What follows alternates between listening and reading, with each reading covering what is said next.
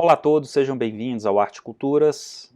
Nesse momento, farei uma introdução sobre a Pérsia, os principais aspectos da arte, da arquitetura e da cultura geral. Lembrando que outras aulas se estendem para assinantes, aulas mais complexas que falarão das divisões que a Pérsia terá ao longo da história, os seus impérios e também mais aspectos religiosos e culturais. Então vamos lá. E a Pérsia pode ser definida como uma série, uma sucessão de impérios que ocuparam em maior ou menor escala toda aquela extensão de terra que vai do leste da Ásia, aproximadamente da metade do leste da Ásia, até as fronteiras da Grécia, até a Anatólia, até a atual Turquia. Os persas também chegaram a ocupar o Egito, mas enfim, a Pérsia em geral ela se centra em torno do Irã, do atual Irã, e em maior ou menor grau ela irá se expandir e retrair ao longo da sua história. Então, alguns momentos são importantes para compreendermos o que é a Pérsia como um todo, e não apenas definir a Pérsia como uma unidade cultural que se estenderá durante séculos.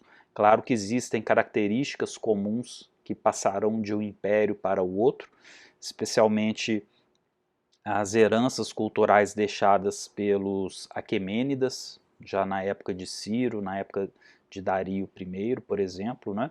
Mas outros momentos são importantes e veremos alguns desses pontos. Então a Pérsia tem uma origem no Elam, uma região que fica ali ao lado do Golfo Pérsico. Temos o Luristão e os povos medos.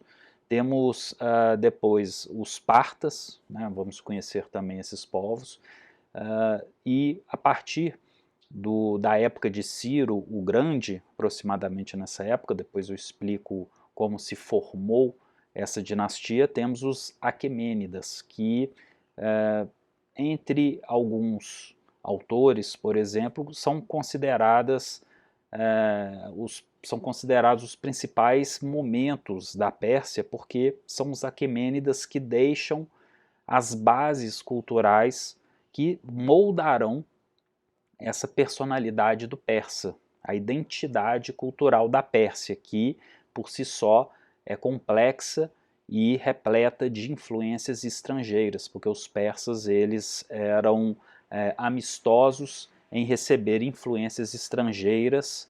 Após os Aquemênidas, temos o Império Seleucida, que é um império com influência helenística da época de Alexandre o Grande. Ele é derivado das expansões de Alexandre o Grande, a partir de Seleuco, um dos sátrapas, assim como o Egito terá a dinastia Ptolomaica, que também é herdeira dessas conquistas, desses avanços de Alexandre o Grande. Os Seleucidas formarão um grande império que formará a Pérsia com uma grande influência helenística. E após os Seleucidas temos o Império Parta, ocupado pelos partos. Os partos continuarão guerras com o Império Romano, nós vamos conhecer, e após a queda dos partos vem a dinastia Sassânida, e após os Sassânidas, que vão florescer a cultura, eles vão criar um renascimento cultural muito forte, especialmente remetendo aos Aquemênidas,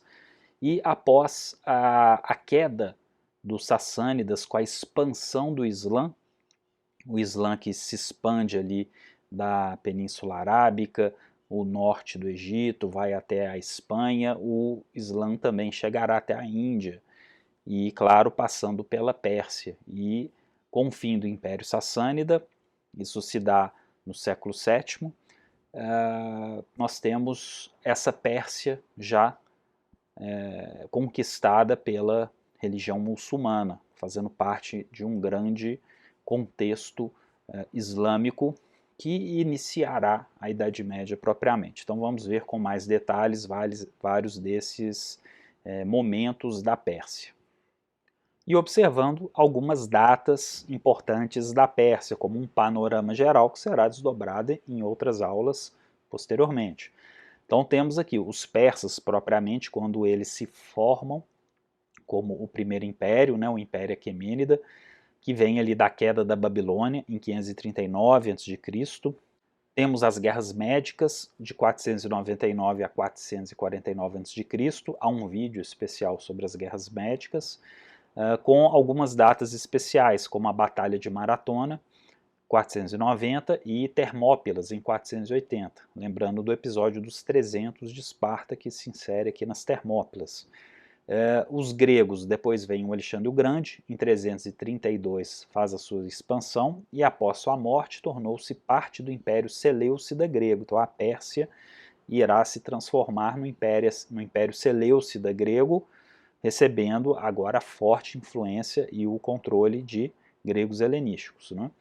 O Império Parta, né, os partos já vêm em 150 a.C., que vai se caracterizar por batalhas entre romanos e partos, com parte sobre controle efêmero romano, então ficavam disputando aquela região da Palestina, da Mesopotâmia, então por isso que os romanos ocuparam fortemente essa região da Palestina, na época até de Cristo, né, e posteriormente, com a expansão de outros imperadores, na época de Trajano, de Adriano, né, posteriormente.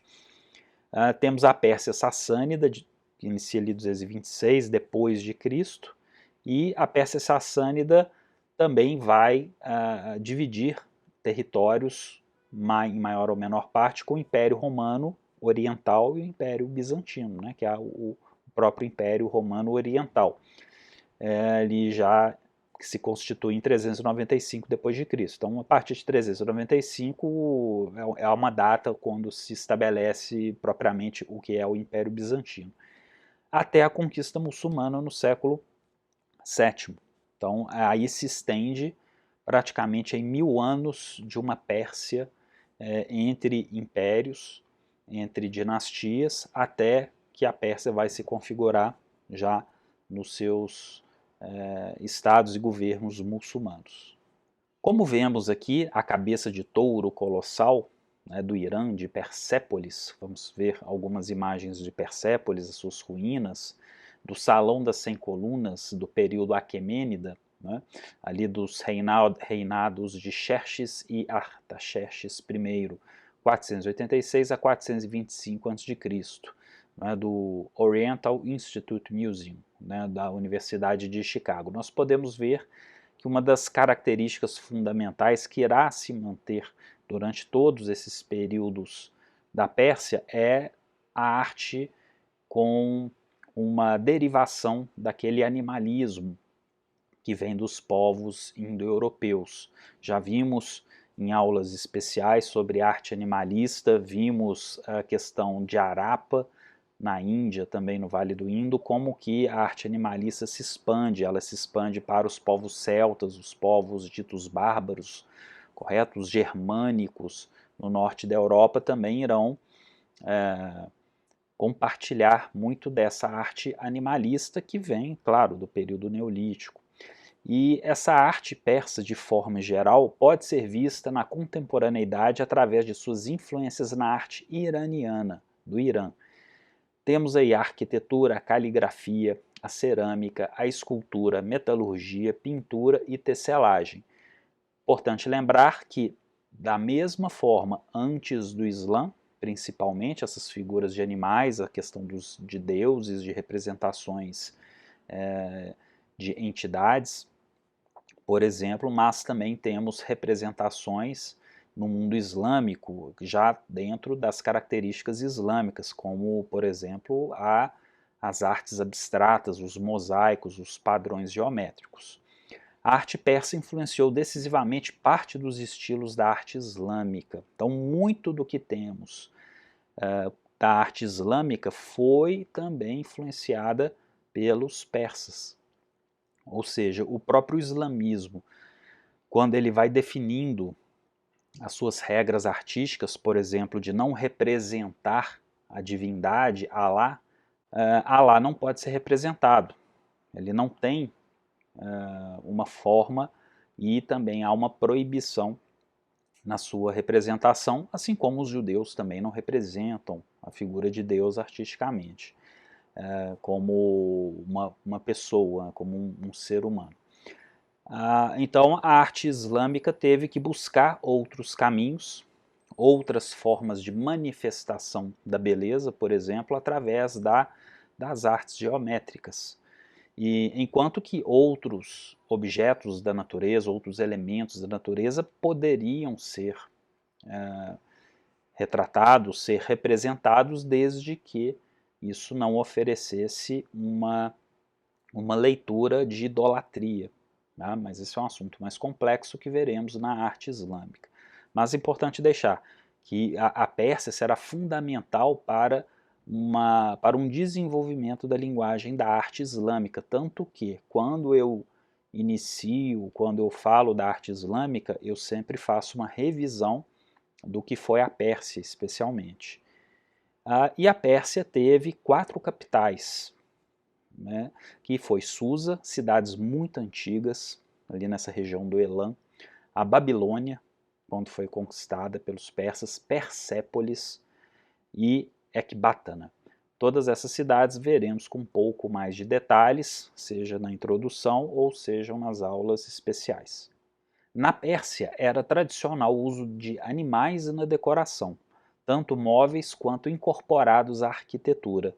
Há uma herança dos assírios, vamos lembrar dos lamassos, das aulas da Mesopotâmia, dos assírios, aqueles touros alados com cabeça humana. Eles importam, eles adquirem diversas manifestações artísticas e elementos culturais dos assírios, que estavam nessa fronteira entre o atual Iraque e o atual Irã, ou seja, nos limites da Mesopotâmia com o leste, que é o território dos persas por excelência. Israel, há proibição religiosa no judaísmo, que se chama aniconismo judaico, limita as artes visuais dos judeus. Então, como uma comparação. Então, assim como todos esses povos praticamente que compartilhavam essas religiões de caráter pagão, de vários deuses, de politeísmo, a presença desses animais ela é frequente. O touro, por exemplo, como símbolo de fertilidade. As deusas que se relacionam com Vênus, como por exemplo Ishtar, na Mesopotâmia, ou Afrodite para os gregos, também, né, muito comum nessa época. Israel não. Israel, como desenvolve o seu monoteísmo, que irá acabar por dominar diversas partes do mundo, né, culturalmente, principalmente o mundo ocidental, através do cristianismo e do judaísmo, há essa proibição religiosa, né, que chama aniconismo judaico. Né, quer dizer, as artes visuais dos judeus, nós vamos conhecer isso mais adiante com a cultura de Israel, não se representam figuras que possam remeter aos ídolos pagãos. Vamos lembrar lá do Antigo Testamento. Isso se transmite em certa parte para os muçulmanos, através de uma iconoclastia, através de uma regra muito rígida de representação de imagens, e, claro, os cristãos católicos, eles não vão respeitar essa iconoclastia. O cristão ele vai adquirir, ele vai sacralizar diversos elementos da cultura romana, especialmente greco-romana, mais a moral judaico-cristã, e as imagens serão permitidas, especialmente no final da Idade Média para frente, nós já temos uma definição teológica mais apurada sobre as imagens de devoção. Então é importante também não confundir idolatria, imagens de idolatria com imagens de devoção. Isso é muito importante. Esse erro, esses equívocos acontecem constantemente. Agora, isso fica para um outro momento, eu não consigo explicar aqui, não é o nosso foco. E na Península Ibérica, Portugal e Espanha, também temos influências culturais grega, fenícia e celta dentro dessa arte animalista, que vem, claro, daquela expansão dos indo-europeus. E sobre a arquitetura aquemênida, que acaba representando, de certa forma, uma boa parte do que vamos conhecer sobre a Pérsia, nós temos belíssimas representações e ilustrações que podem ser vistas nos manuais, nos livros de história da arte, história da arquitetura, na própria internet, como por exemplo essa ilustração que nos dá uma ideia dos jardins fora do palácio de Dario I em Persépolis. E o que nós podemos perceber dessa arquitetura, assim como das suas cidades, são que grandes cidades planejadas, templos, palácios e mausoléus. Os persas, eles mantiveram essas tradições durante muitos séculos e várias dinastias. Temos também uma natureza eclética com elementos do grego mediano, do assírio e asiático, mantendo uma identidade persa. Ou seja, os persas receberam uma forte influência, especialmente assíria, porque eles conquistam a Síria, a Mesopotâmia, essa região da Babilônia, que nessa época dessas conquistas de Dario são certamente as cidades mais cosmopolitas do período.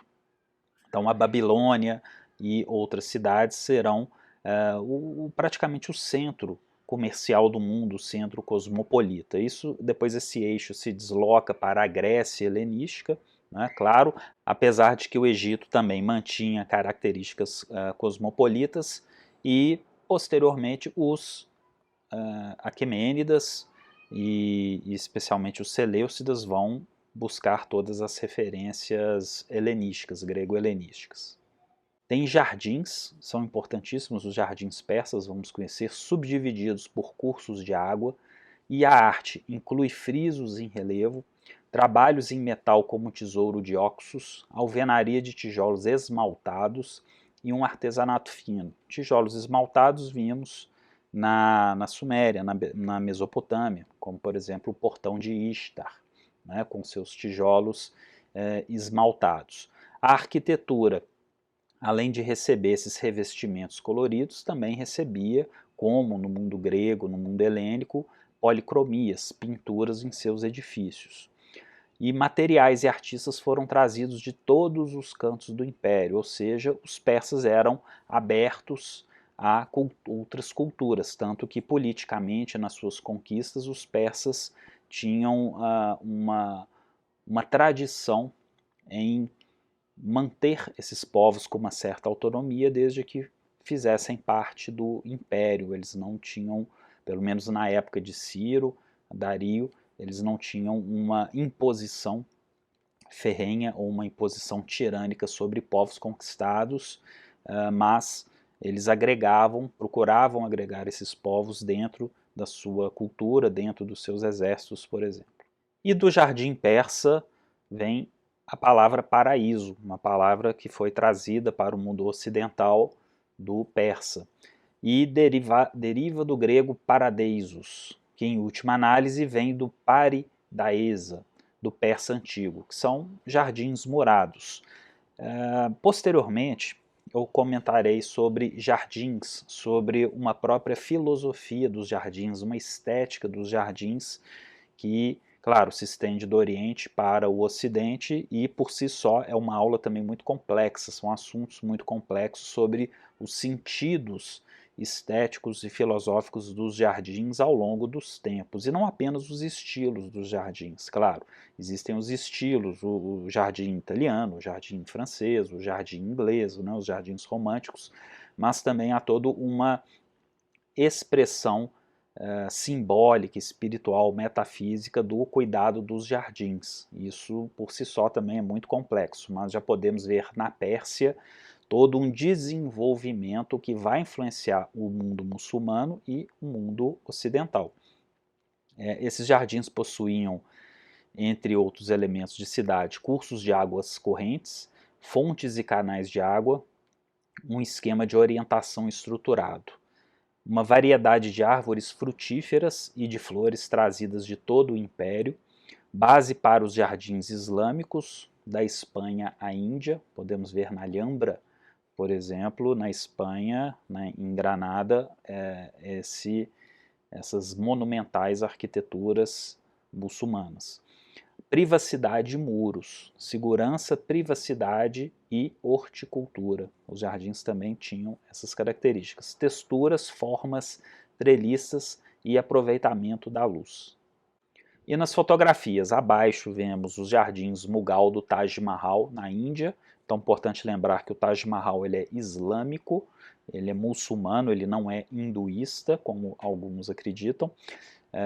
Então ele é islâmico e possui características que vêm da Pérsia. Nós vamos conhecer alguns elementos arquitetônicos que vão levar a essas monumentais construções já de um período posterior, após a Idade Média, final da Idade Média, após a Idade Média, como é o caso do Taj Mahal, já num período posterior, mas com essas influências que vêm da Pérsia. E também vemos o pavilhão e jardim Shehel, né, Sultoum, em Isfahan. Ou seja, como que essas características ainda se mantêm preservadas e continuam em construção nos dias de hoje. Dentre esses elementos arquitetônicos que têm essa influência, essas origens na Pérsia e vão influenciar o mundo islâmico, temos, por exemplo, o Ivaim, né, como vemos aqui o Ivaim de Al-Atra, que é uma antiga cidade parta em ruínas localizada a sudoeste de Mossul, na região de Al-Jazara. Então fica aqui no Irã, no Iraque, né, essas regiões que foram dominadas ali pelo Império Parta, um sucessor dos persas, dos impérios persas, Aquemênida e Seleucida. Né? Então essas estruturas que vemos aqui darão origem às grandes estruturas de mesquitas, o próprio Taj Mahal, por exemplo. Então, a partir dessas conquistas persas, nós teremos uma boa parte do que virá a ser a arquitetura, especialmente a arquitetura monumental do mundo islâmico. E essa arquitetura parta, do Império Parta, especialmente, da cultura dos povos partos, são elementos da arquitetura aquemênida e grega. Também eles aprendem com os gregos após as expansões helenísticas de Alexandre o Grande. Temos o Salão Redondo de Nisa, semelhante aos palácios helenísticos, mas diferente por formar um círculo e uma abóbada dentro de um espaço quadrado. E o Ivaim, de origem aquemênida, como vemos aqui na fotografia, é a sala de audiência sustentada por arcos ou abóbadas de berço, substituiu o uso helênico de colunatas e aberta de um lado. Então veremos que o Ivaim é uma das bases fundamentais dessa arquitetura monumental colossal islâmica, visto nesses grandes mausoléus, como o próprio Taj Mahal, e também nas grandes mesquitas. E dentre os exemplos desses grandes pórticos, desses grandes monumentos, dos Ivaíns, temos as ruínas do Arco de Cássara, em Ctesiphon. Uma foto de 1932 e outra atualmente no Iraque, uma das construções mais emblemáticas desse período persa, de 240 a 270 d.C. E claro, outro exemplo dos Ivaíns, ou também podem ser chamados de Ivãs, dependendo ali da pronúncia ali, o Taj Mahal usa Ivaíns tanto para entradas quanto para os elementos decorativos. Podemos ver que essas grandes portadas com arcos ogivados do Taj Mahal são essas estruturas que vêm dessa ancestralidade persa, que são transmitidos para a arquitetura islâmica. Outras inovações de engenharia dos jardins persas: abastecimento com água por canais subterrâneos chamados qanat. E o que são esses qanat? São poços verticais profundos em reservatórios de água, seguidos por canais levemente inclinados que trazem água doce de aquíferos de grande altitude para vales e planícies. As sequias do sul da Espanha, trazidas por árabes do Iraque e da Pérsia para promover a agricultura no clima mediterrâneo seco de Al-Andalus, Andaluzia, né? E o Yaquchal, são fossas de gelo, entre aspas, não é, que usam a passagem rápida da água para arejar e resfriar suas câmaras internas. Aqui um Yaquchal, são fossas de gelo, né, que usam essas passagens rápidas da água para arejar e resfriar suas câmaras internas acima do solo, estrutura com forma de cúpula, como podemos ver essa da imagem, e o subterrâneo contava com espaço de armazenamento, frequentemente usado para armazenar gelo ou alimentos, muitos dos que foram construídos há centenas de anos ainda permanecem em pé. E assim como veremos na próxima imagem, essas tecnologias de construção que garantem confortos impressionantes para a época, que são utilizados até hoje, são verdadeiros milagres e acontecimentos da engenharia em um mundo sem energia elétrica, que proporciona um resfriamento, um conforto ambiental para residências e grandes espaços. Entre esses elementos temos o Bagdir, ou Malkaf, né? Também conhecido aí como cataventos. Esses cataventos simples em Hyderabad, né, em Sindh, no século XIX, como vemos aqui nas fotos acima, ou seja, utilizados até os dias de hoje, praticamente. Borujerd House, em Kashan, no centro do Irã, né, na fotografia abaixo. Construída em 1857, é um exemplo da antiga arquitetura do deserto persa, e os dois coletores de ventos altos resfriam o andarune, o pátio da casa. É um tradicional elemento arquitetônico usado para criar ventilação natural e resfriamento passivo dos edifícios. Aproveita a própria força, né, dos ventos e aquilo conduz a um conforto, a um resfriamento. É um design de cataventos, unidirecionais, bidirecionais e multidirecionais, usados no Irã, no norte da África e nos países do Golfo Pérsico. Custos de manutenção menores que ar-condicionado com eficiência semelhante. Então, claro, utilizados até os dias de hoje, especialmente nesses cidades e vilarejos com um poder aquisitivo menor. Podemos ver aqui nessa ilustração adaptada uma alcafe e cataventos associados com canat, como se dá essa passagem do ar frio, a saída do ar quente e essa circulação de ar por entre as estruturas. E claro, falando da Pérsia, não poderia deixar de falar nessa primeira introdução sobre os tapetes. Né? Vemos aqui um tapete Pazyryk, cerca de 400 a.C., do Museu Hermitage da Rússia, ou seja, um tapete bastante antigo, bem preservado pela sua antiguidade. Não é? E os tapetes persas eram feitos de tecido pesado, feito para uma ampla variedade de fins utilitários e simbólicos, ou seja, os tapetes tinham essa função prática, tinham essa função de aquecimento, mas também decoravam, ornamentavam, eles podiam ficar não só no chão, mas também nas paredes, por exemplo, ornamentando outros tipos de ambientes e estruturas. E certamente, até os dias de hoje, é um dos elementos artísticos e culturais mais presentes da civilização persa, que pode ser comercializado, comprado nos dias de hoje, sejam tapetes mais populares ou tapetes caríssimos, peças de colecionador que vão conquistar grandes preços, não é? Preços exorbitantes.